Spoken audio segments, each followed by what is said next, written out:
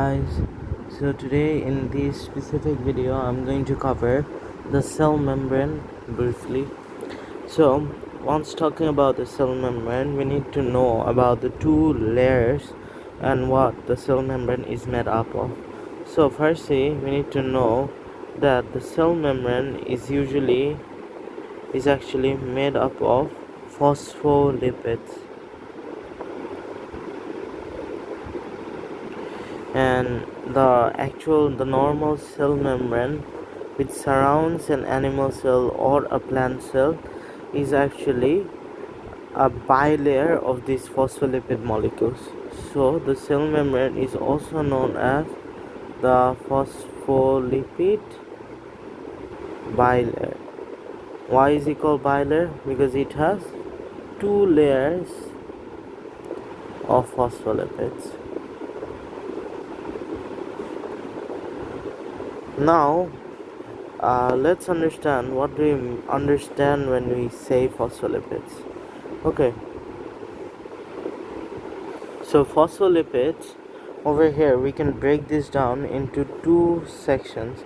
So one is the phosphate part or phospho part, and the other is a lipid part.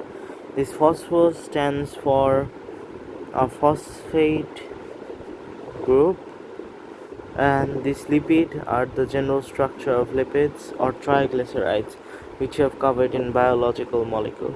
So it will have a phosphate group and attached to a lipid.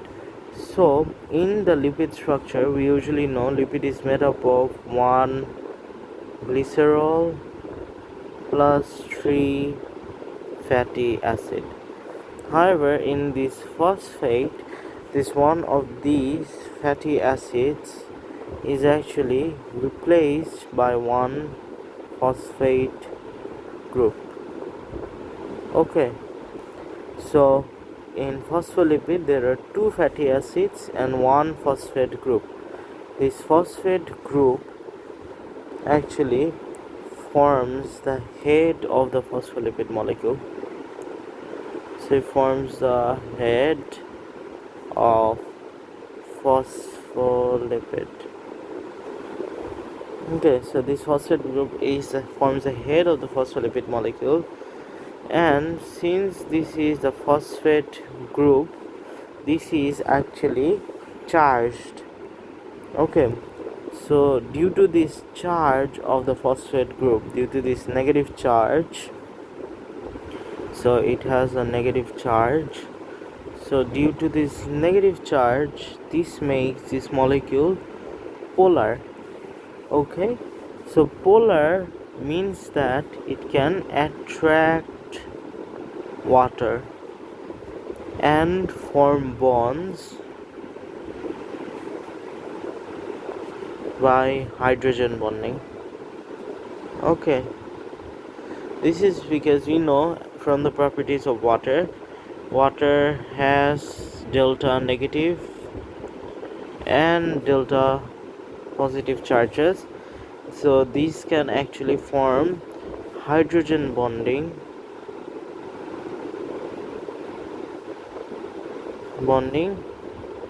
or we can just say any kind of bonding with the phosphate group. Okay, there is this negative charge in the phosphate with which the water can form the bond. Okay, so yeah, so that's why the phosphate part of this phospholipid is actually hydrophilic, which means water loving. However, the two fatty acid part is actually hydrophobic because the fatty acids are non-polar. This means that the fatty acid does not attract water. As a result, they show hydrophobic properties because they do not attract water. Okay, so these are the two parts. So from these, the fatty acids, another important thing is that this fatty acid usually forms the tail of the phospholipid, forms the tail of phospholipid, and so these tails are actually hydrophobic. This means they are not soluble in water.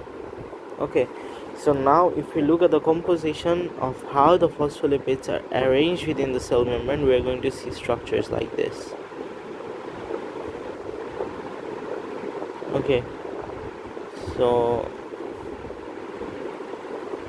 since this is a bilayer, there are obviously two layers of phospholipids here, arranged like this. Okay, in between there are many proteins, cholesterol molecules, glycolipids, glycoproteins. We're going to talk about them later. So, and first, these are the tails, which we know is hydrophobic, and these are the head, which are hydrophilic. Okay, so the head always lies on the outer side. On the outer side, the head actually lies, the outer and the inner side. This is like the intracellular side, and this is like the extracellular side. And this head, both outside the cell and inside the cell, we need to understand that there is tissue fluid.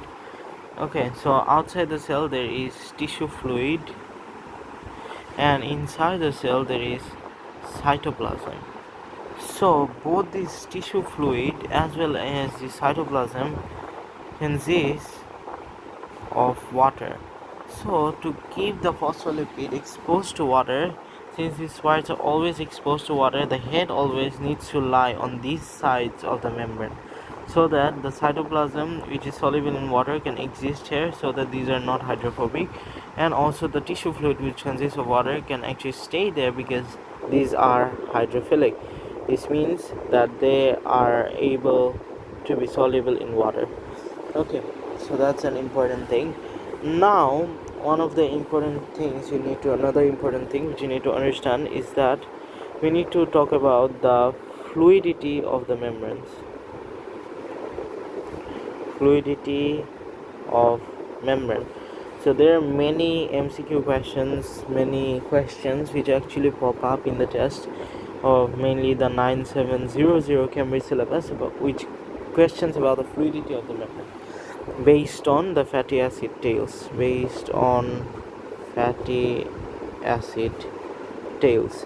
Okay, so another thing, they also sometimes talk about the cholesterol as maintaining the stability and fluidity of the membrane, but we're going to cover cholesterol a bit later.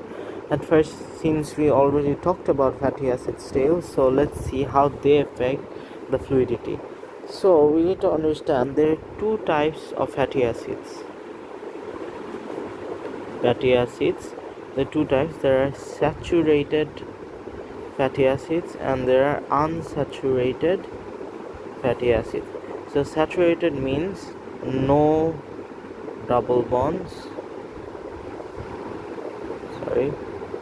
between carbon. Unsaturated means double bonds between carbon. So it has carbon double bond, and here all single bonds. Now what happens is that whenever there are more double bonds between carbon molecules or unsaturated fatty acids, the structure goes like this. For example, this is a saturated one, and unsaturated one actually has like double bonds like this. Okay, let me draw them a bit more clearly. This can be considered to be a saturated fatty acids, and unsaturated will be in between. There can be double bonds. So these represent the double bonds in the skeletal formula of carbon. So this is unsaturated. So we need to understand is that the more unsaturated means more fluidity of the membrane. Also, once these are actually unsaturated, we can see that the chain becomes shorter. Okay, the chain, let's call it the tail. So tail becomes shorter. So shorter fatty acid tails will also mean more fluidity. Okay, so this is very important. So once we are talking about the membrane fluidity in terms of fatty acids, to increase fluidity, we need to ensure that shorter fatty acid tails, and the second consideration is that more proportion of unsaturated fatty acids. Okay, so these are the two important composition to increase the fluidity.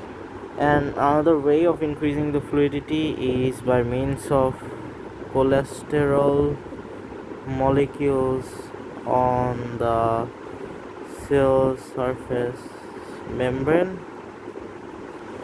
which we are going to talk about in detail a bit later. So now